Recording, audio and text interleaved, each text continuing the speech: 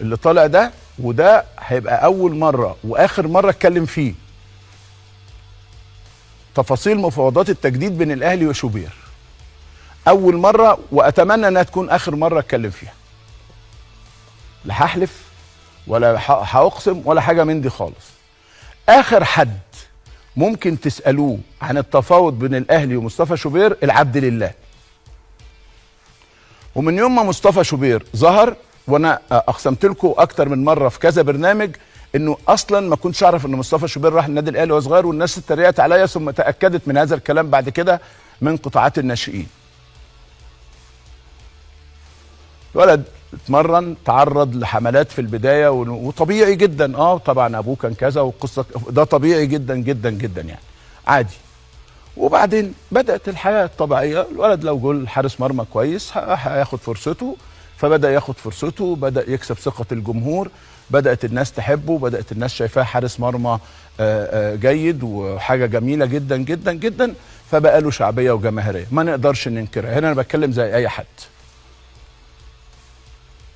اللي حصل من ايام الكابتن خالد بيبو، هو مصطفى شوبير مدد عقده مع النادي الاهلي، ده كان ايام امير توفيق.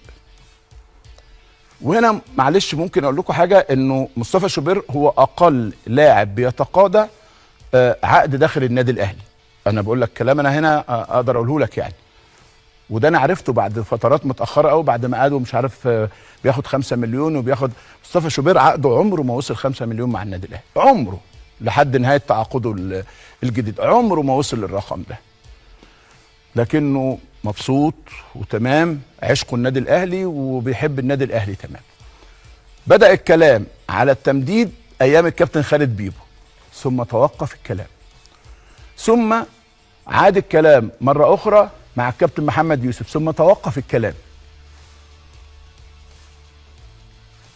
مش محتاجين اقول تاني، خلص خالص الكلام، انتهى خالص. الولد ركز في شغله، في عمله، في تمرينه، في مبارياته، والدنيا مشيت معاه بشكل جيد.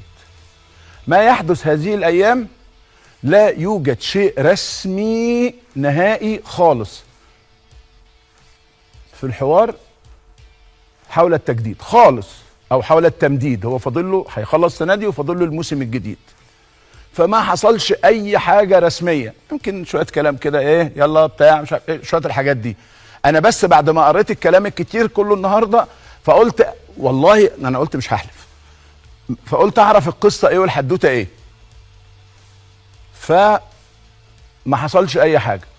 طيب حصل ترضيات خالص 4 سنوات نهائي، وانا على فكره مش مؤمن بفكره الترضيات دي، ما بحبهاش.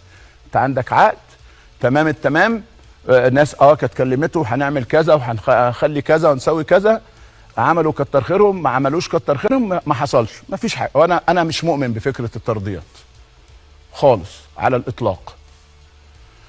لكن الرسمي لم يحدث اي حوار. الرسمي انه مصطفى شوبير جاله 3 عروض.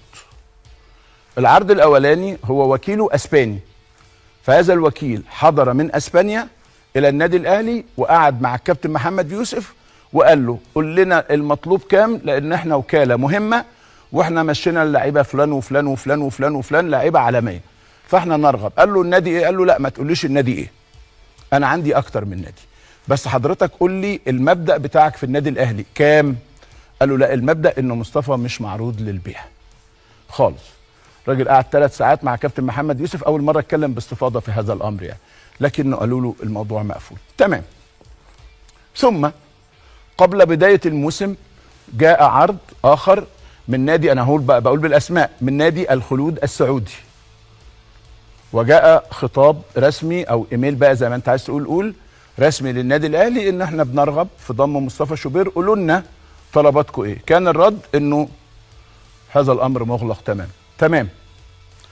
في الانتقالات الاخيره دي الشتويه جاء عرض اخر للنادي الاهلي، نحن نرغب في ضم مصطفى شوبير. عايزين يعرفوا كل الكلام اللي اتقال انه ببلاش ومفيش حاجه من دي خالص. عايزين يعرفوا الرقم كام اللي عايزه النادي الاهلي. وهنا اقدر اقول لك ان مصطفى شوبير كان معروض عليه في ال6 شهور ده مبلغ كبير جدا جدا جدا. انا كل الحاجات دي بقى ايه، طبعا في حاجات انا متابعها وحاجات سالت عشان اطلع اقول لك معلومه صحيحه يعني. فالنادي الاهلي رد قال اللاعب لا للاعاره ولا للبيع. تمام. ولا سمعت حاجه ولا محتاجه ولا حد تاجر بهذا الامر ولا حد اتكلم في هذا الامر.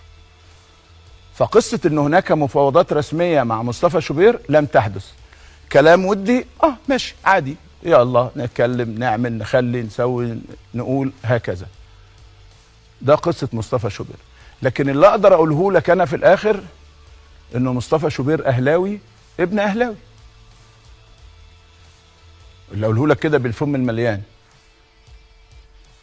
مصطفى شوبير من اسره عاشقه للنادي الاهلي، واسره تدين بالفضل بعد الله سبحانه وتعالى للنادي الاهلي.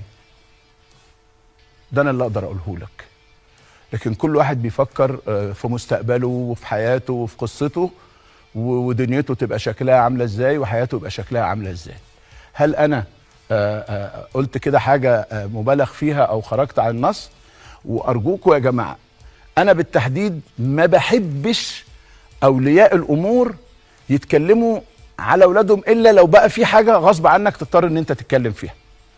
لكنه الطبيعي انه خلي الولد يشق طريقه، خليه هو يشتغل على دراعه. لو كويس هيلعب وهيكبر وهيبقى نجم، لو مش كويس او لو في وجهة نظر انه كذا او كذا او كذا، خلاص تمام. وكل واحد في النهايه بياخد نصيبه يعني. ارجو ان انا اكون وضحت لاول والاخر مره ان شاء الله، واتمنى انها تكون اخر مره. اللي عايز يتكلم في هذا الموضوع هناك اداره النادي الاهلي ومش هتكذب عليك في حاجه.